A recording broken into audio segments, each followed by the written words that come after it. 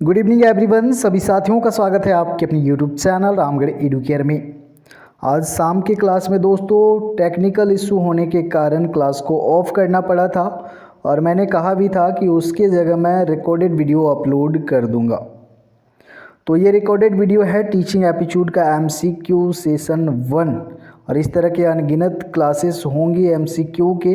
अभी तो theory section चल रहा है, थियरी आपका ख़त्म हो रहा है, उसके बाद थियरी से रिलेटेड जो क्वेश्चन हैं उनको करवाए जा रहे हैं। तो थियरी पूरा कंप्लीट करवाया जाएगा सिलेबस के अकॉर्डिंग, वो क्लासेस चलती रहेंगी, लेकिन बीच बीच में ये MCQ सेशन भी आते रहेंगे।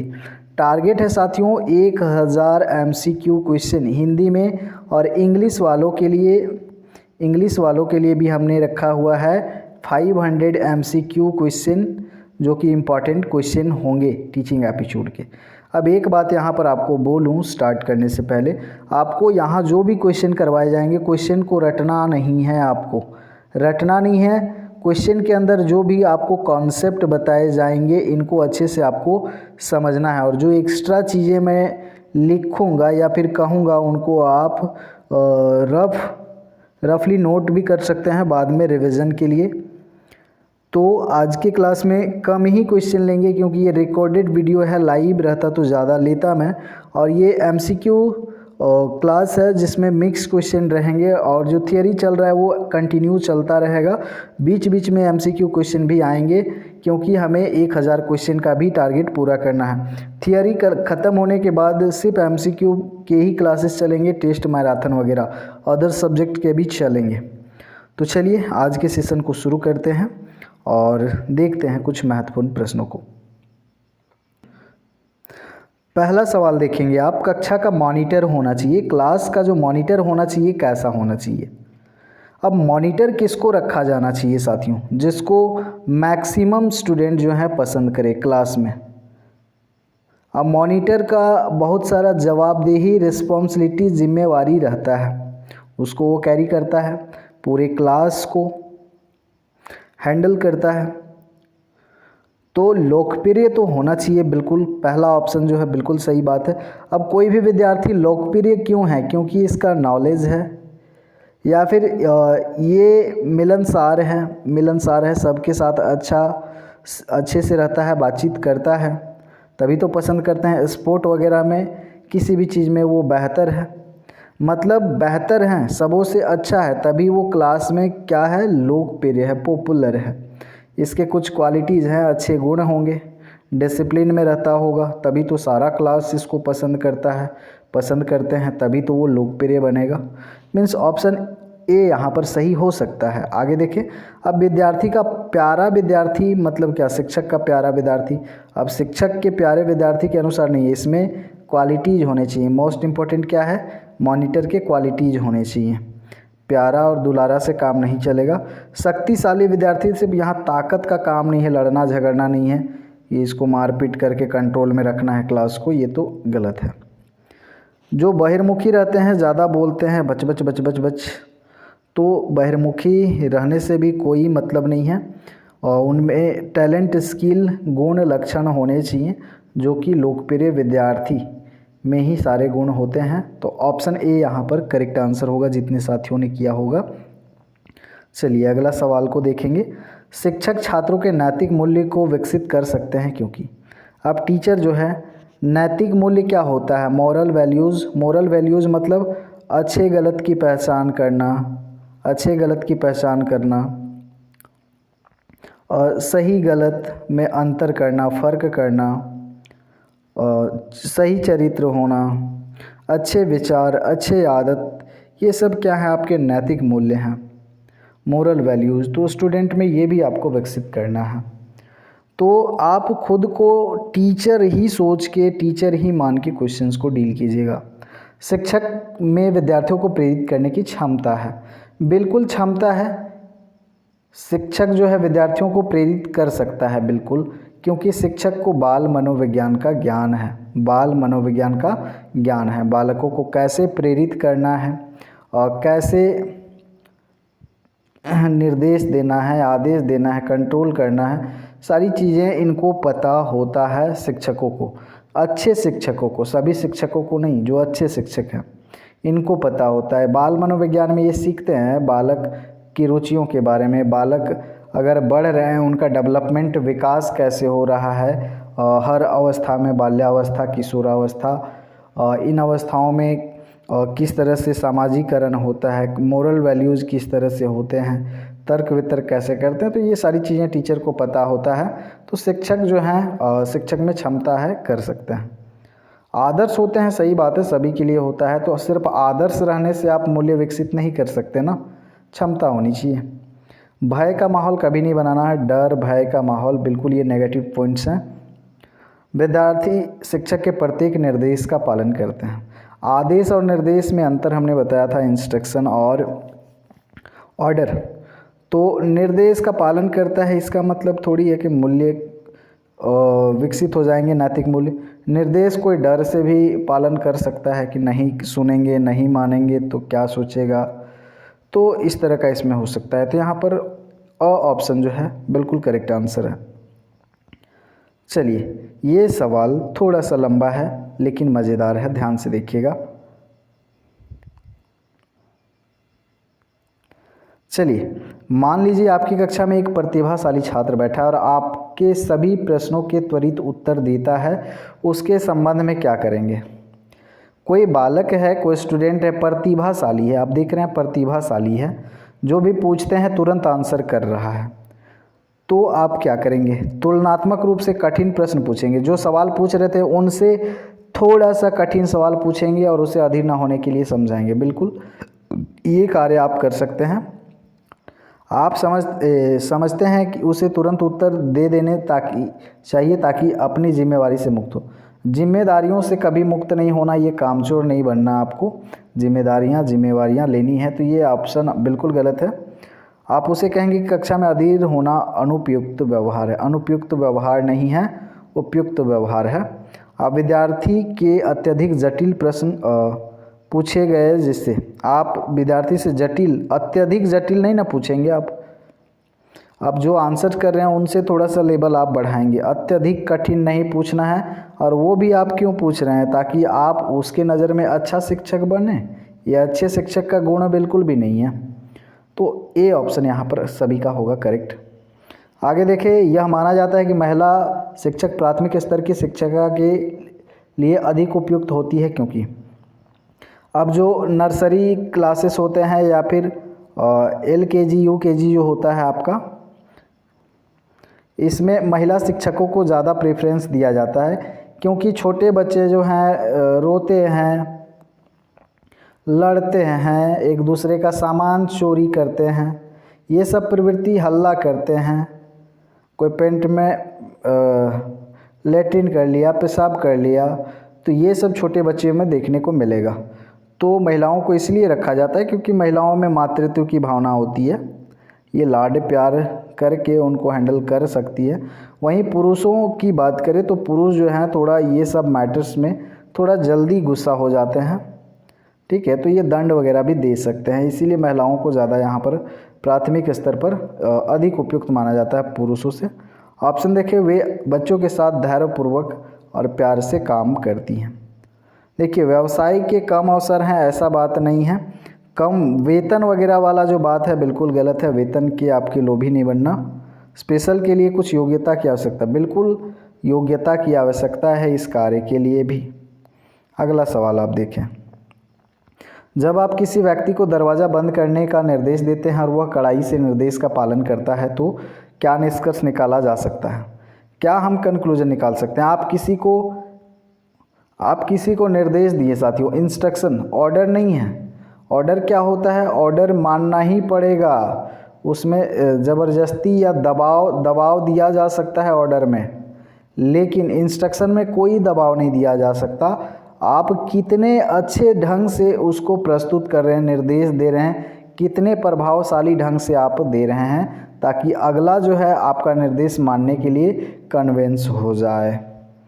तो निष्कर्ष क्या निकाल सकते हैं? अगर कोई व्यक्ति, आपने कहा दरवाज़ा बंद करो भाई, तो वो बंद कर दिया, मतलब आपने एक प्रभावी निर्देश दिया है। आपका जो निर्देश देने का तरीका जो है प्रभावी है, संदेश ग्राही द्वारा प्राप्त किया गया।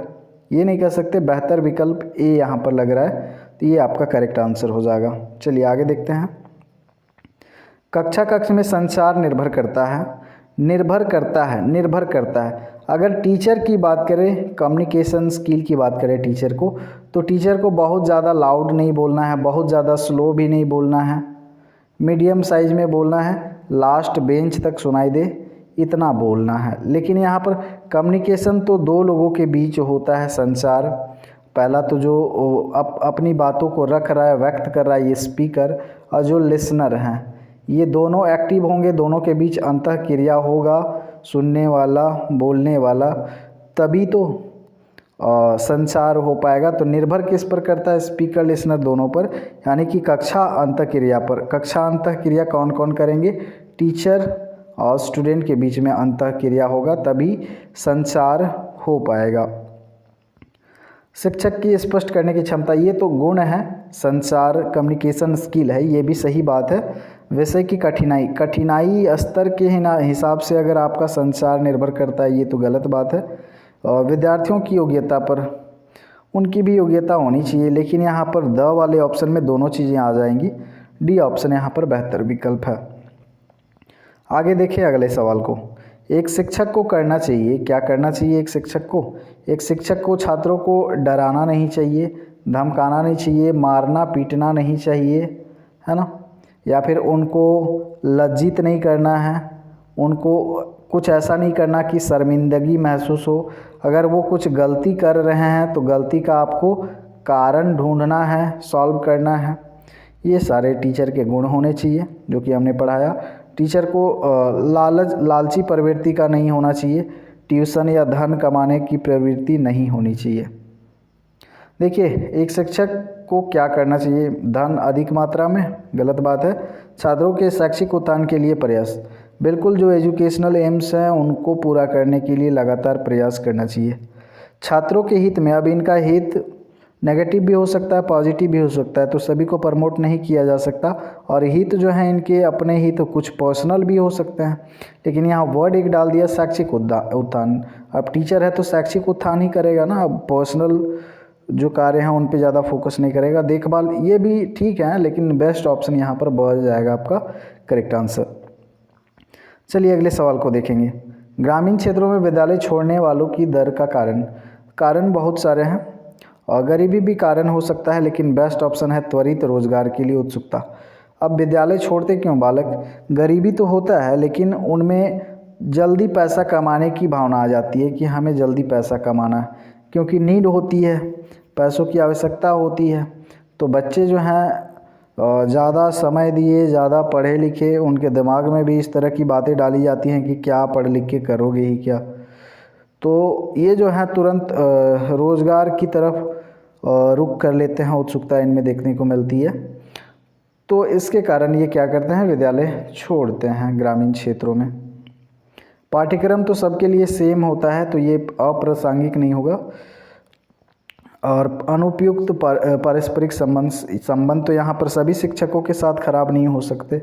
मेन रीज़न यही होगा, सी वाला ऑप्शन यहाँ पर। आगे देखिए, एक शिक्षक अपने छात्रों से मधुर संबंध किस प्रकार स्थापित करता है? अब आपको अच्छा संबंध बनाना है ना, छात्रों को अच्छे से आपको समझना है, उनको अच्छे से समझना है। छात्रों की क्या कमियां हैं, छात्रों की क्या समस्याएं हैं, प्रॉब्लम्स हैं, उनके दुख को, उनके योग्यता, क्षमता, रुचियों को जानना है, तो संबंध अच्छा बनाना होगा। तो सदैव हंसी मजाक करेंगे ना तो वो फिर आपको बहुत ज़्यादा हल्के में लेने लगेंगे। इसलिए हंसी मजाक लिमिट में होना चाहिए, सदैव नहीं करना चाहिए, गलत विकल्प है। उचित दूरी क्यों बनाएंगे? उनको जानना है, मधुर संबंध बनाना है। दूरी बनाने से संबंध नहीं बनते, उनकी समस्याओं को सुनने के बाद उनका निदान करके, ये बेहतर विकल्प है। अगर उनकी समस्याओं को आप सुनते हैं तो वो अपनापन महसूस करेंगे ना, अपनापन महसूस करेंगे और उनका निदान भी कर रहे हैं, क्योर भी कर रहे हैं, तो इससे बेहतर विकल्प नहीं बन सकता यहाँ पर। और यहाँ पर करेक्ट आंसर हो जाएगा आपका सी। छात्रों को अपना परम मित्र नहीं, मित्रवत व्यवहार कर सकते हैं, परम मित्र या पूरा मिलजुल नहीं जाना है। आपकी एक सीमा है, सीमा को बनाए रखना है। आगे देखिए अगले सवाल को। यदि कुछ निर्धन छात्र आपसे अतिरिक्त समय में पढ़ना चाहते हैं तो आप क्या करेंगे? अतिरिक्त आपके पास एक्स्ट्रा टाइम है और वो पढ़ना चाहते हैं तो क्या करेंगे आप? कुछ गरीब छात्र हैं, ट्यूशन के लिए कहेंगे। ट्यूशन के लिए कभी भी प्रमोट नहीं करना, प्रेरित नहीं करना है। ट्यूशन नेगेटिव टर्म्स में आ जाता है, नेगेटिव वर्ड्स में आ जाता है, ठीक है। उन्हें टालते रहेंगे, टालना नहीं है भाई। अगर आपसे रिक्वेस्ट किया जा रहा है, छात्रों के भी द्वारा निर्धन है, आवश्यकता अनुसार समय समय पर उनकी कठिनाइयों को पूरा करेंगे। हमेशा नहीं करेंगे ना, समय समय पर, तो ये बेहतर विकल्प है। अन्य शिक्षक आपको मदद मांगने के लिए गए हैं, दूसरों के पास क्यों भेजोगे आप? आपकी जवाबदेही, आपकी रिस्पॉन्सिबिलिटी है ना, आपके पास गए हैं। तो सी विकल्प यहाँ पर आप सभी का हो जाएगा करेक्ट आंसर। आगे बढ़ेंगे अगले सवाल पर। शैक्षिक यात्रा के दौरान बैठने की जगह को लेकर एक छात्र किसी वृद्ध से झगड़ा कर बैठता है। बूढ़े व्यक्ति से कोई बच्चा जो है बैठने के लिए झगड़ा कर रहा है, देखिए, तो आप क्या करेंगे? अब चूँकि वृद्ध है तो जो आप थोड़ा सा सेंस यूज़ करेंगे। वृद्ध आदमी है तो सीट में बैठने के लिए उसको पहले क्या दिया जाएगा? प्राथमिकता उसी को दिया जाएगा ना, बूढ़े आदमी को ही, ठीक है। ये अक्सर होता है कि चलो भैया प्रेग्नेंट लेडी है या बूढ़ा बूढ़ी व्यक्ति हैं तो उनको जगह दिया जाए पहले। छात्र का पक्ष लेंगे। पक्षपात आपको नहीं करना ना, कभी भी पक्षपात नहीं करना। उसे समझाऊंगा कि बड़ों का आदर करें। ये कार्य आप कर सकते हैं कि वृद्ध व्यक्ति हैं उनसे लड़ाई झगड़ा मत करो, उनका आदर करना चाहिए, ये बात आप कर सकते हैं। उसे अनदेखा बिल्कुल नहीं करना है। आप समाज सेवी हैं, समाज निर्माता हैं, अनदेखा नहीं करना। निपटाने के लिए दखल देंगे ठीक बात है, लेकिन पक्षपात बिल्कुल नहीं करेंगे। और सबसे पहली बात, वो वृद्ध व्यक्ति के साथ लड़ाई ही नहीं करना था, उनको जगह देना था सीट के लिए, वहाँ तो मैटर आपको साफ साफ पता है। दूसरा अलग विषय रहता तो आप जानने का प्रयास करते, दोनों पक्षों को पहले सुनते कि क्या कारण है लड़ाई का। लेकिन वहाँ क्लियर पता चल रहा है कि सीट के लिए हो रहा है, मतलब बालक को समझना चाहिए कि बड़ों का रिस्पेक्ट करना चाहिए। उसी ऑप्शन के साथ आपको जाना होगा, बी वाले। छात्रों की प्रगति का ब्यौरा अभिभावकों को देना आवश्यक है। अच्छा, यहाँ पर जो भी छात्र प्रगति कर रहे हैं, प्रोग्रेस कर रहे हैं, तो इनका रिपोर्ट आप देते हैं ना, रिपोर्ट देना होगा। किनको? पेरेंट्स को ना, पेरेंट्स को आप रिपोर्ट देंगे और रिपोर्ट देंगे उसके बाद में इसीलिए तो पेरेंट्स टीचर मीटिंग भी बैठाया जाता है। पेरेंट टीचर मीटिंग होता है स्कूल्स में, तो यहाँ पर ये यही डिस्कस करते हैं कि आपका बच्चा किस गति से, किस स्तर से सीख रहा है, कितनी योग्यता है, क्षमता है, कहाँ पर पिछड़ रहा है, क्या कमियां हैं, कैसे इम्प्रूव करना है। टीचर पेरेंट्स दोनों मिल करके वो चीज़ें और डिस्कस करते हैं। तो बिल्कुल देना आवश्यक है। इससे क्या होता है, अभिभावक अपने पेरेंट्स जो हैं अपने बच्चों की प्रगति को जान सकते हैं, उस हिसाब से फिर उस पर कार्य करेंगे।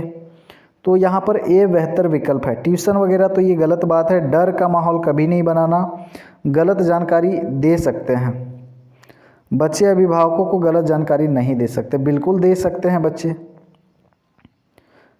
चलिए आगे बढ़ेंगे। यदि आप मूल्यांकन कर रहे हैं तो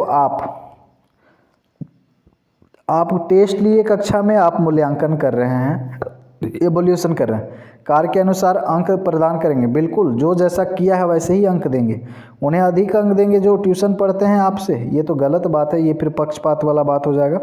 अमीर छात्रों को काला गोरा ऊंचा अमीर गरीब से मतलब नहीं है भैया, जो जैसा काम किया है उसको अंक देंगे कार्य अनुसार। ऑप्शन ए यहाँ पर बेहतर विकल्प हो जाएगा।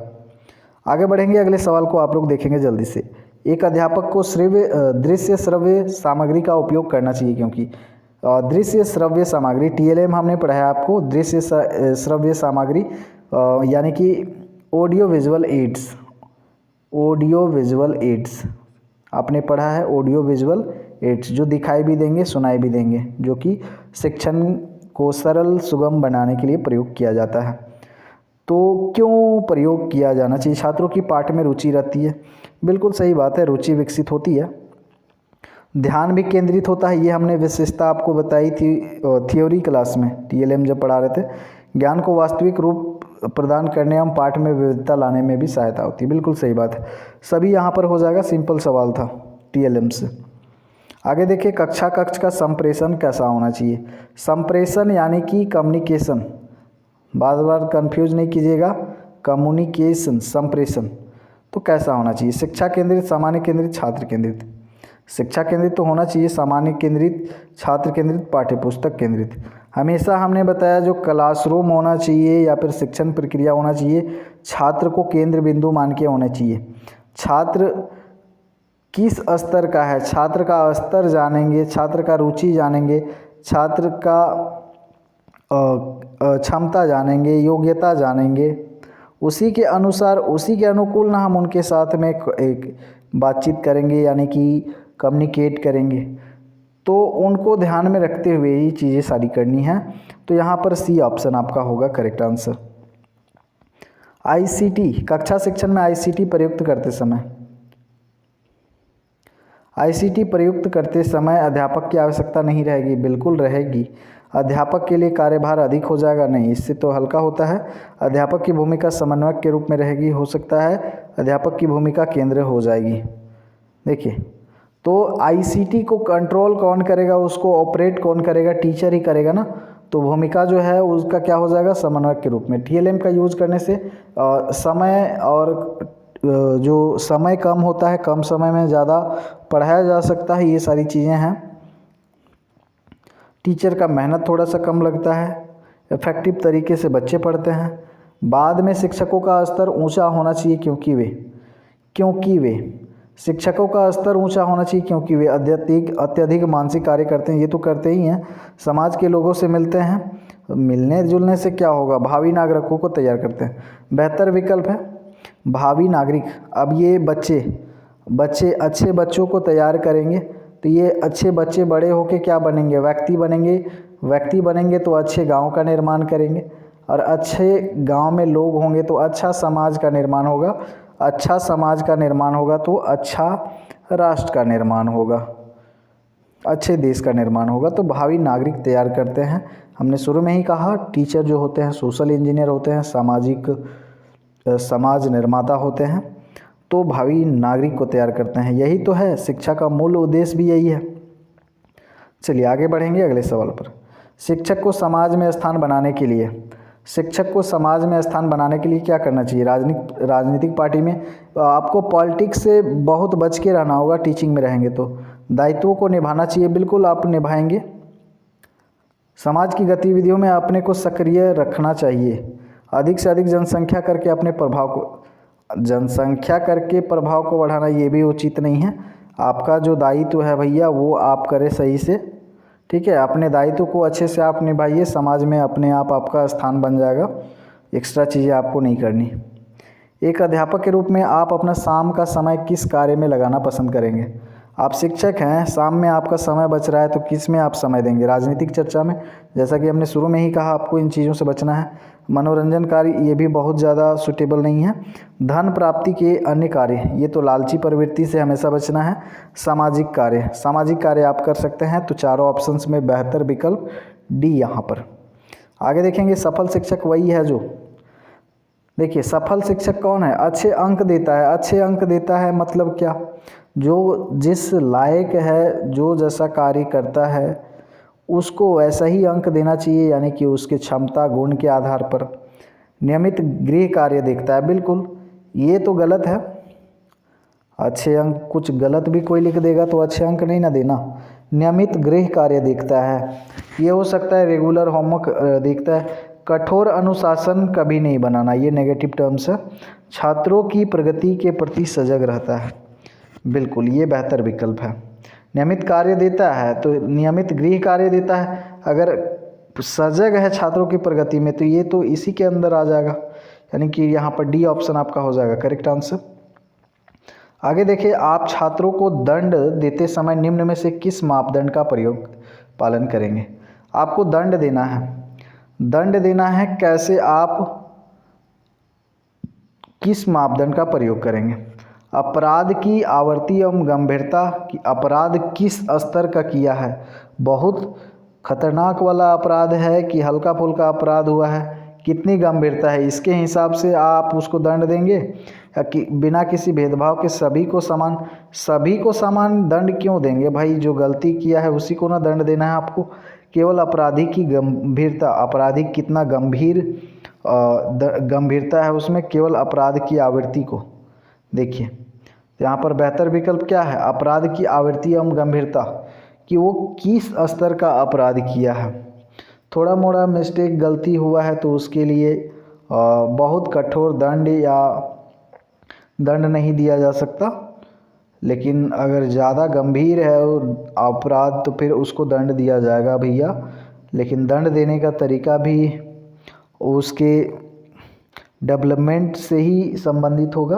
ऐसा नहीं कि दंड देने के चक्कर में आप उसको और भी कुंठित बना दें, या फिर और भी आपराधिक जो उसमें प्रवृत्ति है, आपराधिक प्रवृत्ति वो बढ़ जाए। तो ऐसा भी कार्य आपको नहीं करना है, बड़ा केयरफुली आपको हैंडल करना है। यदि एक छात्र लगातार विद्यालय में विलंब से आता है तो आप, हमेशा देर से आता है कोई बच्चा जो है, क्या करेंगे? देर से आता है हमेशा। यदि एक छात्र लगातार विद्यालय में विलंब से आता है, हमेशा नहीं है, कभी कभी अगर विलंब आता है या फिर हमेशा लेट आता है, कुछ रीज़न हो सकते हैं, उसके अभिभावक को शिकायत करेंगे, पहले शिकायत नहीं करेंगे, कारणों का पता लगाएंगे। हमने आपको पहले ही कहा, कुछ अगर कमी हो रहा है तो सबसे पहला आप कार्य जो है कारणों को ढूंढें कि क्यों। चलिए आगे बढ़ेंगे अगले सवाल पर। शिक्षक के रूप में कब अतिरिक्त उत्तरदायित्व लेना चाहिए? एक्स्ट्रा रिस्पॉन्सिबिलिटी आप कब लेंगे? नए ज्ञान के लिए बिल्कुल ले सकते हैं, नए ज्ञान के लिए। प्रशंसा पाने के लिए नहीं, ये तो फिर लालच प्रवृत्ति में पदोन्नति, ये भी नहीं होगा।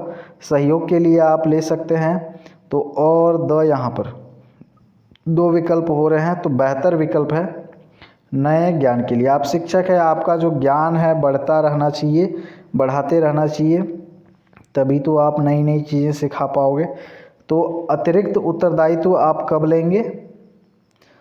नए ज्ञान के लिए। ऑप्शन ए यहाँ पर होगा आपका करेक्ट आंसर। सजगता पैदा करने के लिए सर्वोत्तम साधन है। सजगता पैदा करना है। सजगता कहाँ से पैदा होगा साथियों? परिवार से। अगर परिवार मान के चले सही नहीं है, परिवार के लोग क्रिमिनल हैं या फिर शराबी किस्म के हैं, जुआड़ी हैं, तो उससे सजगता कैसे पैदा होगा? तो ये विकल्प नहीं हो सकता ना। समाज में भी तो बहुत सारे लोग बिल्कुल सही नहीं होते, गिने चुने ठीक होते हैं, तो वहाँ से भी सजगता मिल सकता है, लेकिन सर्वोत्तम साधन नहीं है। सर्वोत्तम पूछा है, सबसे बेहतर, तो सजगता आप अच्छी पुस्तकों से ही प्राप्त कर सकते हैं। यहाँ पर स ऑप्शन आपका हो जाएगा करेक्ट आंसर। अध्यापक का सामान्य ज्ञान बढ़ाने में सहायक। जनरल नॉलेज बढ़ाना है तो कौन सहायक है? छात्र, हाथी, अध्यापक। साथी होगा, हाथी लिख दिए हैं रे बाबा। साथी, अध्यापक, पत्र पत्रिकाएं, परिवारजन। परिवारजन से सामान्य ज्ञान बेहतर जो होगा छात्र। छात्र जो है सामान्य ज्ञान बढ़ाने में सहायक हैं। डेली नई नई चीज़ें पूछते हैं या फिर बताते भी हैं। सामान्य ज्ञान उन्हीं से बढ़ता है। यहाँ पर परिवारजन से सामान्य ज्ञान नहीं बढ़ता। पत्र पत्रिकाओं में बहुत ज़्यादा सामान्य ज्ञान नहीं रहता, तो छात्रों के साथ ही ज़्यादा समय व्यतीत करते हैं, तो उन्हीं से यहाँ पर हो जाएगा करेक्ट आंसर। आगे देखिए, शिक्षा का एक प्रमुख उद्देश्य। शिक्षा का प्रमुख उद्देश्य क्या है? व्यक्तित्व का निर्माण, पर्सनैलिटी डेवलपमेंट, सर्वांगीण विकास, ओवरऑल डेवलपमेंट। सर्वांगीण विकास मतलब विकास के सभी पहलुओं को विकसित करना, यही है शिक्षा का मूल उद्देश्य। भाषा कौशल का विकास, सामाजिक नागरिकता का विकास, ये सारे होने चाहिए। भाषा का विकास, सामाजिकता का विकास, ये सभी होने चाहिए। लेकिन ये सभी कब होंगे? जब व्यक्तित्व विकास होगा।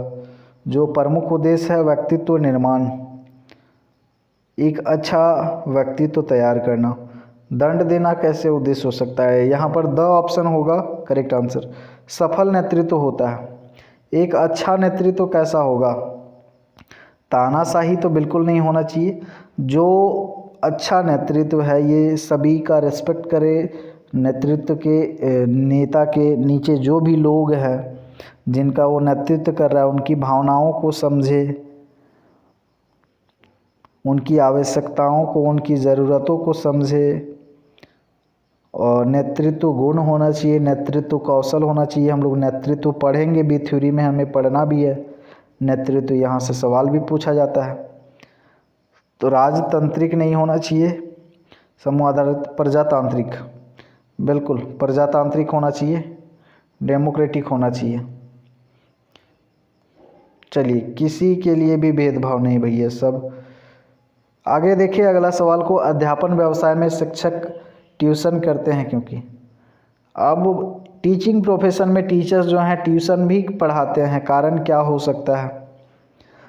छात्र उन्हें ऐसा करने के लिए कोई बाध्य नहीं करता, ये तो अपने मन की बात है। धन की लोलुपता बढ़ गई, ऐसा भी हो सकता है। उसका वेतन कम है, ये भी कारण हो सकता है। स्वयं से ज्ञान में अभिवृद्धि होने से वे अपने ज्ञान का प्रसार करना चाहते हैं, इसलिए ट्यूशन। ये तो गलत ऑप्शन है। तो उनमें क्या है, वेतन कम मिलता है, सैलरी कम मिलती है। अब इनका भी परिवार है, पालन पोषण करना है, सबका घर गृहस्थी चलाना है भैया, तो कम वेतन है तो मजबूरी में ट्यूशन पढ़ाना पड़ेगा।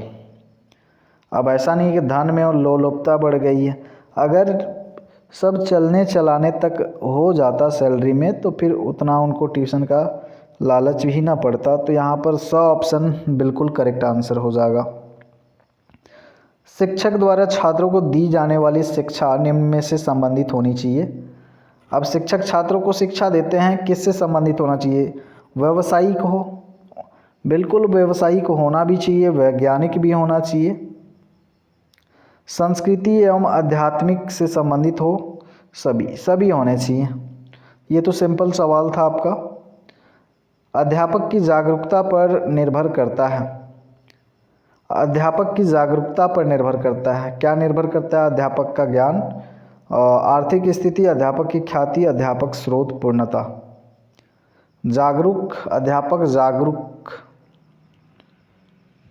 चलिए देखिए यहाँ पर, अध्यापक का जो गहना है भैया उसका ज्ञान ही है, ज्ञान से ही पता चलेगा वो कितना जागरूक है।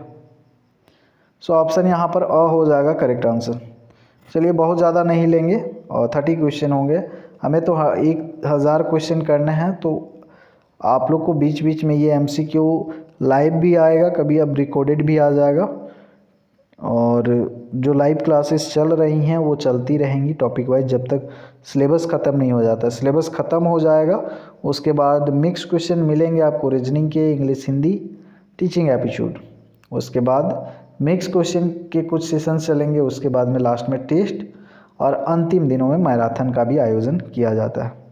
फिलहाल इस वीडियो को देखने के लिए धन्यवाद। मिलते हैं अगले वीडियो या फिर अगले लाइव सेशन में। जोहार।